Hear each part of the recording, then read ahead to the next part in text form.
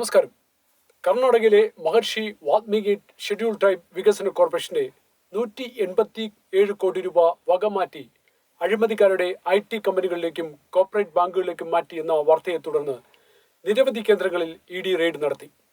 കർണാടകയിലെ tribal welfare മുൻ മന്ത്രിയായ നാഗേന്ദ്രയും കോൺഗ്രസ് MLA ബസനഗൌഡ ഡാഡിലിയുമായി ബന്ധപ്പെട്ട കേന്ദ്രങ്ങളിൽ നടന്ന റെയ്ഡുകളിൽ നിർണായകമായ രേഖകൾ അന്വേഷണ സംഘം പിടിച്ചെടുത്തതായി അറിയുന്നു.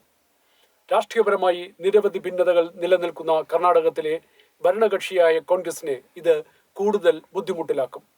DK ശിവകുമാർ റെയ്ഡിനെ അപലപിച്ചുവെങ്കിലും സിദ്ധരാമയ്യക്കെതിരെ ഉയർന്നുവരുന്ന ഏതൊരു വെല്ലുവിളിയും DK തരം കിട്ടിയാൽ മുതലാക്കുമെന്ന് തീർച്ചയാണ്. ദുർബല വിഭാഗങ്ങളുടെ സംരക്ഷകരെന്ന് സ്വയം വിളിക്കുന്ന കോൺഗ്രസ് അവരുടെ ചട്ടിയിൽ കൈയിട്ട് വാരിയത് ഇനി കൂട്ടത്തോടെ ന്യായീകരിക്കേണ്ടതായും വരും.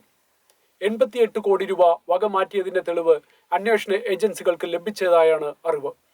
അഴിമതി പുറത്തു വന്നത് മെയ് 21 കോർപ്പറേഷനിലെ ഒരു ഉദ്യോഗസ്ഥന്റെ ആത്മഹത്യയോടെയാണ്.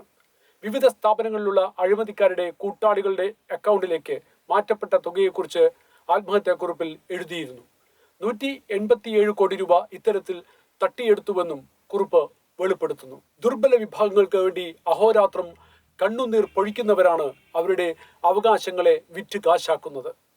പിന്നാക്കക്കാർക്ക് വേണ്ടി വകയിരുത്തിയ 700 കോടി രൂപ 2006 നടന്ന കോമൺവെൽത്ത് ഗെയിംസിന് വേണ്ടി വിവിധ ഘട്ടങ്ങളിലായി വകതിരിച്ച വാർത്തയും നമ്മുടെ രാജ്യം കണ്ടതാണ്. പാവപ്പെട്ടവരുടെ പേരിൽ സർക്കാരുകൾ വകയിരുത്തുന്ന പണം അവരിലേക്ക് എത്താതെ അഴിമതിക്കാരുടെ ബിനാമികളിലേക്ക് പോകുമ്പോൾ അർഹരായവർ വീണ്ടും വീണ്ടും അവഗണിക്കപ്പെടുകയാണ്.